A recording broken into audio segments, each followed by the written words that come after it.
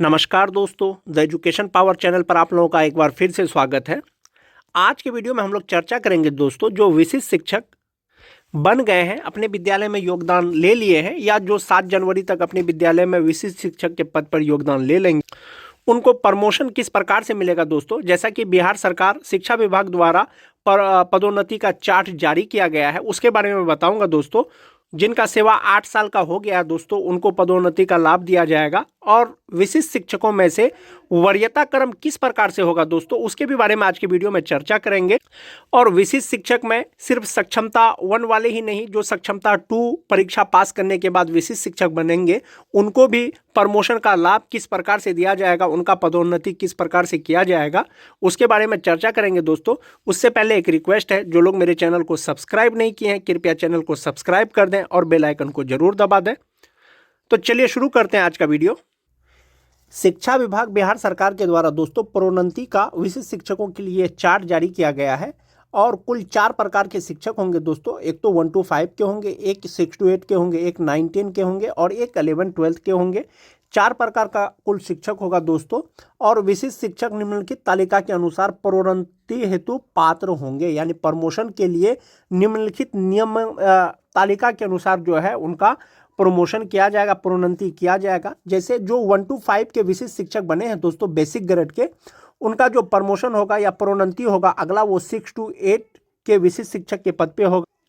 और जो 6 to 8 के विशिष्ट शिक्षक अभी बने हैं दोस्तों अपने विद्यालय में योगदान करके, उनका 6 to 8 तक के वरीय विशिष्ट शिक्षक के रूप में उनका प्रोन्नति होगा। उसी प्रकार से जो 9 10 के विशिष्ट शिक्षक बने हैं दोस्तों सक्षमता परीक्षा पास करके या सक्षमता 2 का परीक्षा पास करने के बाद बनेंगे, उनका जो प्रोन्नति होगा दोस्तों वो कक्षा 9 10 के विशिष्ट शिक्षक के रूप में हो जाएगा, 11 12 के शिक्षक के रूप में जो 9 10 के विशिष्ट शिक्षक होंगे। और वहीं पर जो 11 12 के जो विशिष्ट शिक्षक बने हैं या बनेंगे सक्षमता परीक्षा पास करने के बाद, उनका जो प्रोन्नति होगा दोस्तों, प्रमोशन होगा, वो कक्षा 11 से 12 तक के वरीय विशिष्ट शिक्षक के पद पर हो जाएगा। तो प्रमोशन होगा दोस्तों, जो बेसिक ग्रेड के शिक्षक होंगे वो 6 to 8 में प्रमोशन होगा उनको। जो 6 to 8 के विशिष्ट शिक्षक होंगे उनको 6 to 8 के वरीय विशिष्ट शिक्षक के रूप में हो जाएगा। और जो 9 10 के विशिष्ट शिक्षक होंगे उनका 11 12 में हो जाएगा प्रमोशन। और जो 11 12 के शिक्षक होंगे वो 11 12 के वरीय विशिष्ट शिक्षक के रूप में उनका प्रमोशन हो जाएगा।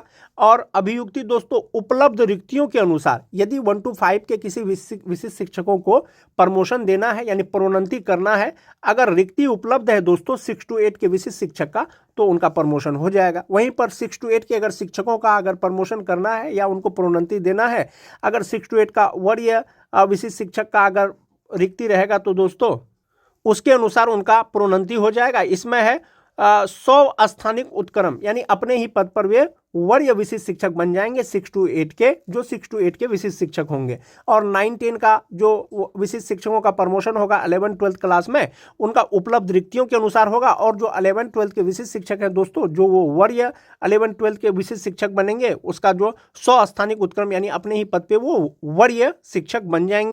और ये सब के लिए दोस्तों प्रोन्नति के लिए समय अवधि दिया गया है दोस्तों, 8 वर्ष समय अवधि होना चाहिए। यानी 8 वर्ष की अगर आपकी सेवा पूरी हो जाती है विशिष्ट शिक्षक के तौर पर, तो आपको प्रमोशन दिया जाएगा। ये तो चार्ट जारी किया गया है दोस्तों। अधिकार के रूप में किसी भी प्रोन्नति का दावा नहीं किया जा सकता है। सभी प्रोन्नति उपलब्ध रिक्तियों के अधीन होगी। रिक्ति उपलब्ध रहेगा तभी प्रोन्नति होगा दोस्तों। और विभागीय नीति को ध्यान में रखते हुए की जाएगी, विभाग के अनुसार होगा दोस्तों। इसके अलावा सभी प्रोन्नति विभाग की प्रचलित नीति के अनुसार की जाएगी और अपेक्षित योग्यता सहित पात्रता के अधीन होगी। योग्यता सहित पात्रता के अधीन का मतलब हुआ दोस्तों, यदि कोई 1 to 5 के बेसिक ग्रेड के यदि विशिष्ट शिक्षक हैं, यदि उनको 6 to 8 के विशिष्ट शिक्षक के पद पर प्रमोशन दिया जाएगा, तो वो ट्रेंड तो है ही, प्रशिक्षित है, वो दक्षता या टीटी पास है।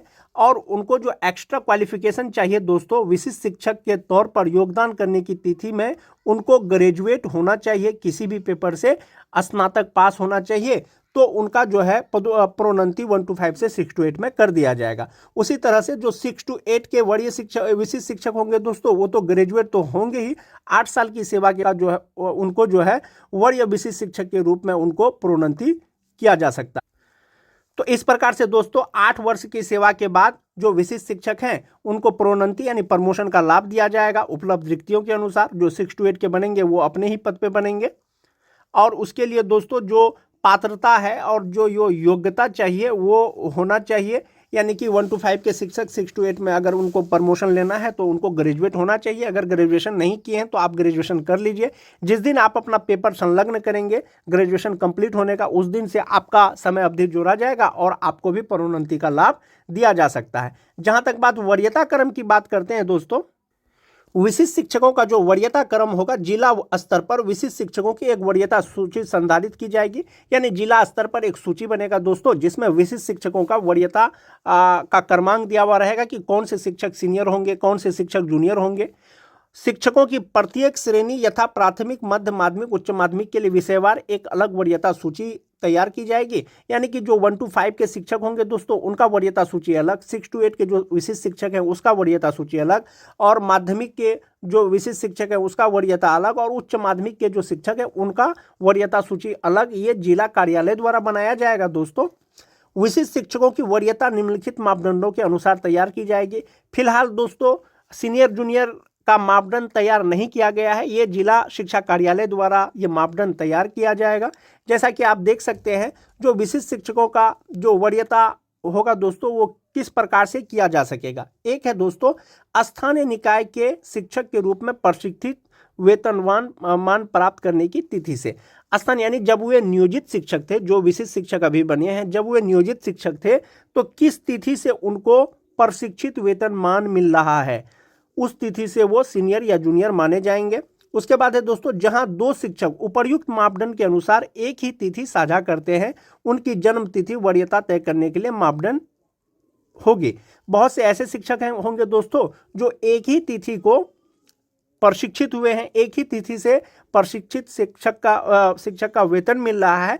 ऐसा दोस्तों जो 2019 में 31 मार्च 2019 तक जो नियोजित शिक्षक प्रशिक्षित हुए हैं और एक ही डेट से उनको प्रशिक्षित का वेतनमान मिल रहा है, ऐसी स्थिति में दोस्तों जो वरीयता क्रम होगा उनका जो जन्म तिथि है उसको जो है मापदंड माना जाएगा वरीयता के लिए। दूसरा पॉइंट है दोस्तों जहां 2 शिक्षक उपर्युक्त मापदंड के अनुसार एक ही तिथि साझा करते हैं, यानी एक ही तिथि से उनको प्रशिक्षित वेतनमान मिल रहा है और जन्म तिथि भी सेम है, ऐसी स्थिति में अंग्रेजी वर्णमाला के क्रम में शिक्षक का नाम वरीयता तय करेगा। यानी अगर किसी का नाम अब्दुल है और किसी का नाम दोस्तों वसीक है तो ऐसी स्थिति में जो वरीयता का क्रम होगा दोस्तों अल्फ़ाबेटिकल, चूंकि ए पहले आ रहा है तो इनको जो वरीयता क्रम में इसको ये सबसे ऊपर रहेंगे, यानी ए अल्फ़ाबेट जो है उसमें सीनियर रहेगा, ये चूंकि वसीक डब्लू से है ये उनसे जूनियर होंगे। लेकिन फिर भी ये मापदंड दोस्तों जिला शिक्षा कार्यालय द्वारा तैयार किया जाएगा। और दूसरा चीज़ है दोस्तों कि उपर्युक्त मापदंड में फिट नहीं होने वाले किसी अन्य मामले का निर्णय विभाग द्वारा किया जाएगा। अगर इसके अतिरिक्त भी अगर कोई मामला आता है सीनियर जूनियर डिफरेंशिएट करने का तो इसके लिए शिक्षा विभाग जो है उस पर निर्णय लेगा। लेकिन फिलहाल दोस्तों आप ये मान के चलें जो प्रशिक्षित वेतनमान आपको मिल रहा था नियोजित शिक्षक के रूप में वही आपका वरीयता क्रम का निर्धारण किया जाएगा। उसके अतिरिक्त जो भी होगा दोस्तों वो शिक्षा विभाग द्वारा इसके बारे में निर्णय लिया जाएगा। ये तो वरीयता क्रम हो गया दोस्तों। और जहां तक बात वेतन का है दोस्तों, अभी तक विशिष्ट शिक्षकों को कितना वेतन मिलेगा इसका निर्धारण नहीं किया गया है, लेकिन जो नियमावली का 8.1 था 8.2 था इसमें स्पष्ट लिखा गया है कि स्थानीय निकाय नियमावली 2020 के तहत उन्हें वेतन संरक्षण यानी पे प्रोटेक्शन का लाभ मिलेगा। और दूसरा था दोस्तों इस नियमावली के प्रभावी होने से उनको फिटमेंट मैट्रिक्स के अनुसार वेतन मिलेगा। ये नियमावली में लिखा हुआ तो दोस्तों अब शिक्षा विभाग के द्वारा क्या आदेश जारी होता है वो आपको आने वाले समय में पता चल जाएगा। तो आज के वीडियो में हम लोगों ने चर्चा किया दोस्तों जो प्रोन्नति दिया जाएगा विशिष्ट शिक्षकों को, चाहे वो 1 to 5 के हो, चाहे वो 6 to 8 के हो, चाहे वो माध्यमिक शिक्षक हो, चाहे वो उच्च माध्यमिक के विशिष्ट शिक्षक हो, उनको प्रमोशन किस प्रकार से मिलेगा और कितने अवधि में मिलेगा। और दोस्तों प्रमोशन के लिए जो वांछित योग्यता है वो आपके पास होना चाहिए। अगर 1 to 5 से 6 to 8 में जा रहे हैं तो आपको ग्रेजुएट होना चाहिए। 9-10 से अगर 11-12 में जा रहे हैं तो पोस्ट ग्रेजुएट होना चाहिए। और जो 6 to 8 के पद पर या 11-12 के पद पर, विशिष्ट शिक्षक के पद पर जो प्रमोशन होगा दोस्तों वो उपलब्ध रिक्ति के अनुसार होगा। और जहां पर 6 to 8 के विशिष्ट शिक्षक का प्रोन्नति होगा वरीय विशिष्ट शिक्षक के रूप में, तो वो अपने ही स्थान पे बनेंगे, और 11-12 के जो वरीय विशिष्ट शिक्षक बनेंगे वे भी अपने स्थान में बनेंगे।